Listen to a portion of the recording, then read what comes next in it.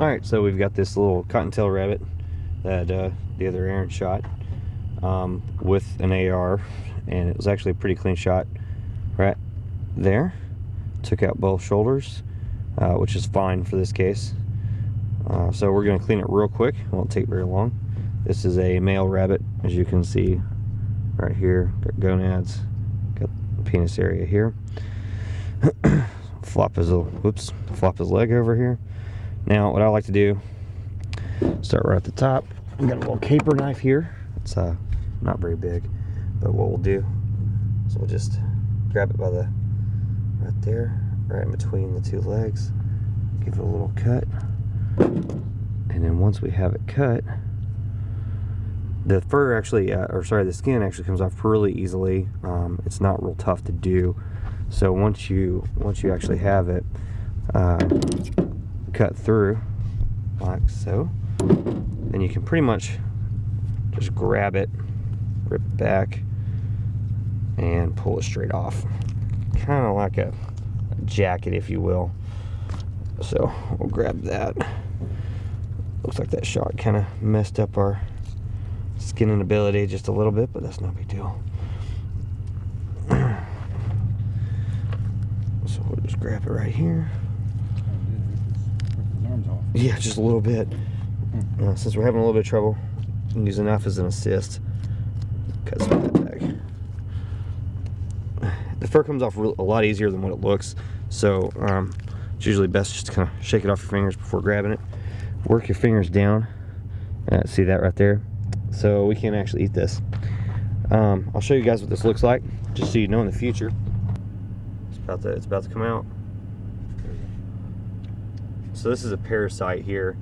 It's just underneath the rabbit skin, and if you actually look at the rabbit skin here, if you look right here, it's actually eaten up pretty bad. So this is not a rabbit that we want to eat.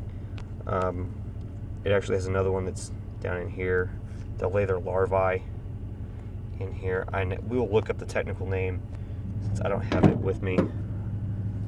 And just so you guys can see it, I'll go ahead and cut it out, just so you can see what it kind of looks like. They're real ugly bastards though. So there you go.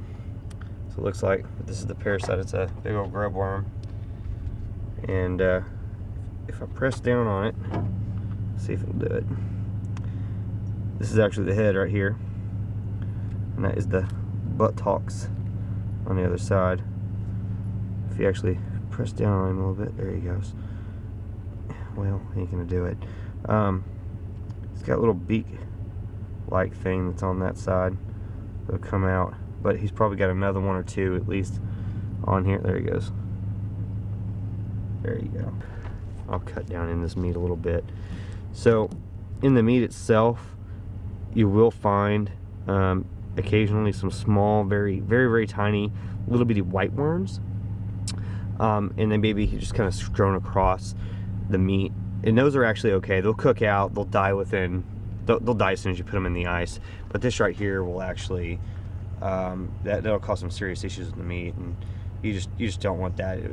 You know, the droppings from this will just taint the meat really bad, and that's definitely not good for you. So that's what that looks like. Unfortunately, looks like it did not. It's actually, you can see I'm in short sleeves. It's actually about 65 out here right now, so it hasn't got quite cold enough. It's actually January 29th, so it's not quite cold enough, unfortunately, for rabbits. So a lot of times the only way we find out is, unfortunately, harvest an animal. So now we know. We'll have to wait a little bit longer before we take our next one, but we're gonna see if I can go ahead and dispatch that worm. But they eat down into the flesh, and they'll just continue to eat and eat and eat and ruin the rabbit and ultimately kill it. So they're just no good. They're absolutely terrible. So I'm gonna wash my hands and get back in the truck.